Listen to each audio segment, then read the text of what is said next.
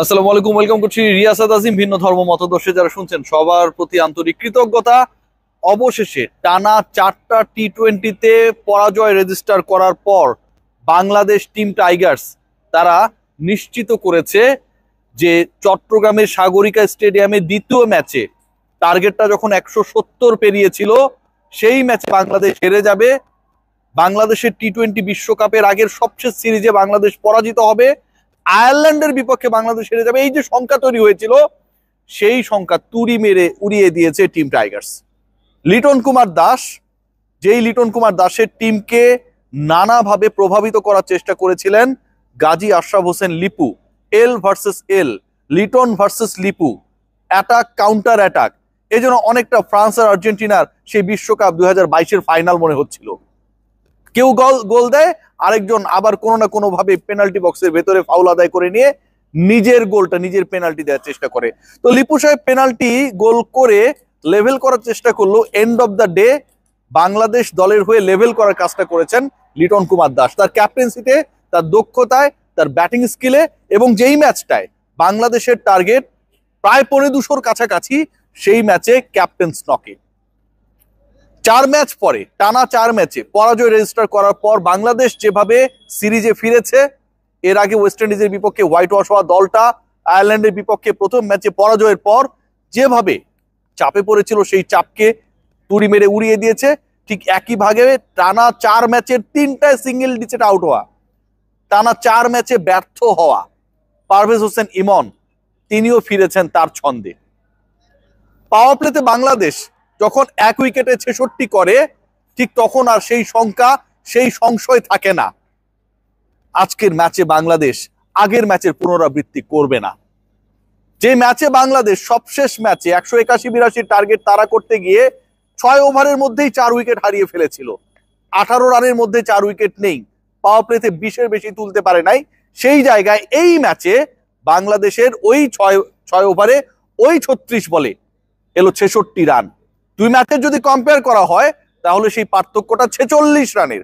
উইকেটের যদি কম্পেয়ার করা হয় 4 ভার্সেস 1, 3 উইকেট বাংলাদেশ কম হারিয়েছে। ম্যাচুড বাংলাদেশ। এই দলটাকে যদি ম্যাচের আগ মুহূর্তে গাজী আশরাফ হোসেন লিপু তার ওই বক্তব্য না দিয়ে, অস্থিরতায় না ভুগিয়ে তাদের মতো থাকতে দিত, তাহলে আজকের এই দিনে বাংলাদেশ সিরিজটাও নিশ্চিত করে ফেলতো। বাংলাদেশের এই ম্যাচে ফেরা অনেকগুলো দিক থেকে সিগনিফিক্যান্ট। প্রথম পার্ট যেটা, সেটা হচ্ছে লিটনের ক্যাপ্টেন্সি। আন্ডার প্রেসার যেভাবে লিটন ছিলেন, যেভাবে ম্যানেজমেন্ট থেকে প্রেসার ক্রিয়েট করা হয়েছে, টিম সিলেকশন নিয়ে ক্যাপ্টেনকে যেভাবে বারবার নানা ধরনের ডিস্টারবেন্সের মধ্যে যাওয়ানো হয়েছে, প্রত্যেকটা জায়গা নিয়ে একটা শঙ্কা সংশয়ের জায়গা ছিল, সেখান থেকে বাংলাদেশ ব্যাক করেছে। সেকেন্ড পয়েন্ট যেটা, ক্যাপ্টেন নিজে অসাধারণ খেলেছেন। থার্ড পয়েন্ট যেটা, 2 ওপেনার, তামিমের পারফরমেন্স নিয়ে স্যাটিসফ্যাকশন থাকলেও ইমনকে নিয়ে কিছু জায়গায় ঘাটতি ছিল, সেই ইমন আজকে আবার তার ফর্মে ফিরেছেন। অস্বস্তি জায়গা যদি বলেন, তাহলে আমার কাছে মনে হয় শুরুতে ওই রান আউটটা না হলে বাংলাদেশের জন্য গোল অ্যাচিভ করা, লক্ষ্য অ্যাচিভ করা, 2 ওপেনারের দারুণ একটা পার্টনারশিপ দেখার সেই সুযোগটা হতো, সেটা হয় নাই। যদি আজকে ইমন রিভার্স সুইপ করতে গিয়ে যেভাবে আউট হয়ে গেলেন, অসাধারণ ক্যাচ নিয়েছেন আইরিশ ফিল্ডার, সেটা যদি না হতো তিনি হয়তো ম্যাজিক ফিগার 50 ছুঁতে পারতেন। এই যে ছোট ছোট ঘটনাগুলো বাংলাদেশ মিস করেছে, তারপরও এন্ড অফ দ্য ডে আজকের এই ম্যাচ সবচেয়ে বড় স্বস্তির। বিশ্বকাপের আগে সবচেয়ে সিরিজে আপনি যদি টানা আইরিশদের বিপক্ষে হেরে যান, সেই আইরিশদের বিপক্ষে যদি আপনি পরাজয় রেজিস্টার করেন টানা 2 ম্যাচে, যারা এই বছর একমাত্র জয়টাই পেয়েছে বাংলাদেশের বিপক্ষে, এটা পুরো দলের জন্য সেটব্যাক, এটা পুরো দলের জন্য অবমাননাকর, পুরো কনফিডেন্সের জায়গাটা নষ্ট হয়ে যাওয়া। সেই জায়গা থেকে আমার কাছে মনে হয় আজকের 3টা পরিবর্তন, যেই 3 পরিবর্তন দলে কিছুটা হলেও আমার কাছে মনে হয় যে একটা ফ্রেশ স্টার্টের ক্ষেত্রে বড় ভূমিকা পালন করেছে। শাহ মাহেদী আবারও তার ক্লাস দেখিয়েছেন, আবারও লিটন কুমার দাস ফর্মে ফিরেছেন, আবারও আউট অফ ফর্ম থেকে দারুণভাবে ফিরে এসেছেন পারভেজ হোসেন ইমন, এবং আবারও বাংলাদেশ জহুর আহমেদ চৌধুরী স্টেডিয়াম, যেটা আগে ছিল এখন যেটা সাগরিকা স্টেডিয়াম, সেই মাঠে তারা যে বড় রান তারা করতে পারে সেই সক্ষমতা দেখিয়েছে। আজকের এই ম্যাচে আরো একটা বড় প্রশ্নের উত্তর আমরা খোঁজার চেষ্টা করি, যে প্রশ্নের উত্তর পাইনি, লিটন মনে হয় সেটা দেখিয়ে দিয়েছেন। সেটা হচ্ছে, দেখেন বাংলাদেশের অনেক ক্রিকেটারকে, এই যে বিপিএল শুরু হবে, যেই বিপিএল কে কেন্দ্র করে বিশাল উন্মাদনা রয়েছে, কে খেলবে কে খেলবে না, কে ফিক্সার কে ফিক্সার না, কার বিরুদ্ধে প্রমাণ রয়েছে কার বিরুদ্ধে নেই, এই যে নানা নাটক চলছে, সেখানটায় ডিরেক্ট সাইনিং এ বাংলাদেশের ক্রিকেটারদের মধ্যে টি-20 দলের ক্যাপ্টেন লিটন কুমার দাস কোনো দলে নাই।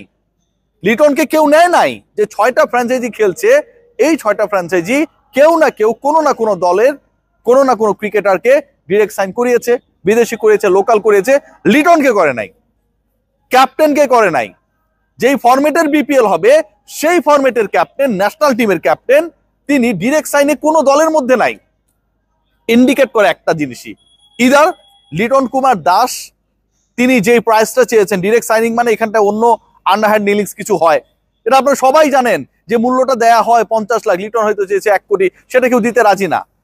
প্রয়োজনে আমি ভালো ক্রিকেটার খেলাবো না, বড় বড় কথা বলবো, কিন্তু লিটনকে আমার নেওয়ার দরকার নেই। অথবা লিটন বাকি যারা দল পেয়েছে, লোকাল অন্য ক্রিকেটাররা যাদেরকে বিভিন্ন দলগুলো ভিড়িয়েছে, তাদের থেকে কোয়ালিটিতে খারাপ ক্রিকেটার, নিশ্চয়ই দ্বিতীয় কারণটা হবার সুযোগ নেই।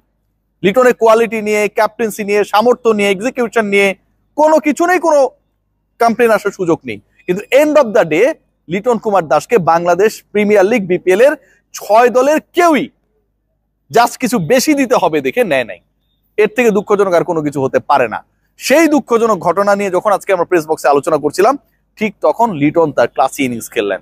ঠিক তখন আমার কাছে মনে হয় যে উইকেট হারানোর পর, স্পেশালি প্রথম উইকেটটা চলে যাবার পর সেকেন্ড উইকেটে যে পার্টনারশিপটা খুব বেশি গুরুত্বপূর্ণ ছিল, সেকেন্ড উইকেট পার্টনারশিপের উপর ডিপেন্ড করে পাওয়ার প্লেতে বাংলাদেশের মোটামুটি একটা চ্যালেঞ্জিং স্কোর তারা করতে গিয়ে স্মার্ট টোটাল দেওয়ার দরকার ছিল, সেই জায়গায় সাকসেসফুল রোল প্লে করেছেন।